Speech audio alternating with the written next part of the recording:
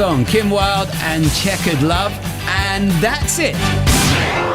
Thank you to my very special Sounds of the 80s co-host, Kim Wilde. You were brilliant. Oh, thanks, Gary, and thanks for having me. I've loved it. Thanks also to Johnny California and Sinead Ward.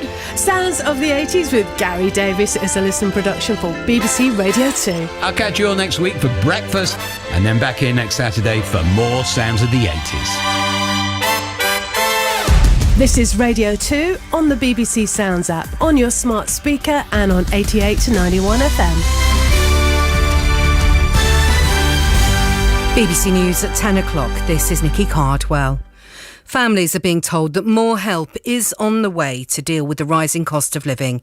The Business Secretary, Kwasi Kwarteng, who's a close ally of the Conservative leadership frontrunner Liz Truss, has written in the Mail on Sunday to say he understands the deep anxiety that people are feeling. The latest forecast suggests that average annual household energy bills could rise by thousands more than predicted for next year. Our business correspondent Mark Ashdown reports. This latest prediction comes from the consultants Auxilian. They're forecasting the energy cap, which is set by the regulator Ofgem and is the maximum firms can charge per unit of energy, could push bills above £6,000 a year for the average household by next April. To put that in context, the cap currently keeps those bills at just under £2,000 a year. This prediction is based on the daily wholesale price of gas, which is extremely volatile. April is a long way out, so the price could come down. Train passengers are being warned that more strike action on the rail network is likely following the second day of disruption in 3 days. The walkout by the RMT, TSSA and Unite unions in a dispute about pay and conditions meant only around 20% of the usual Saturday timetable could run.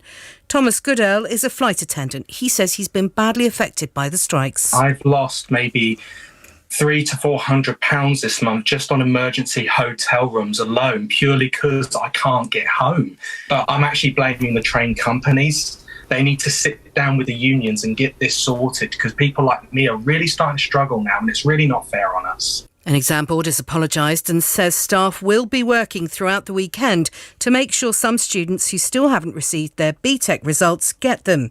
Hundreds of thousands of students received exam grades on Thursday, but some in England and Wales have had no news from Pearson, which has apologised. The Royal Horticultural Society is warning that heat-related damage to trees is the worst it's been for 45 years. The dry weather has caused some species to drop their leaves, something that's loosely termed as false autumn. The British heavyweight boxer Anthony Joshua is preparing to attempt to win back his world title belts. He's facing Alexander Usyk in Saudi Arabia in an hour's time. The Ukrainian fighter beat him 11 months ago in London. Critics say the rematch is a must-win for Joshua.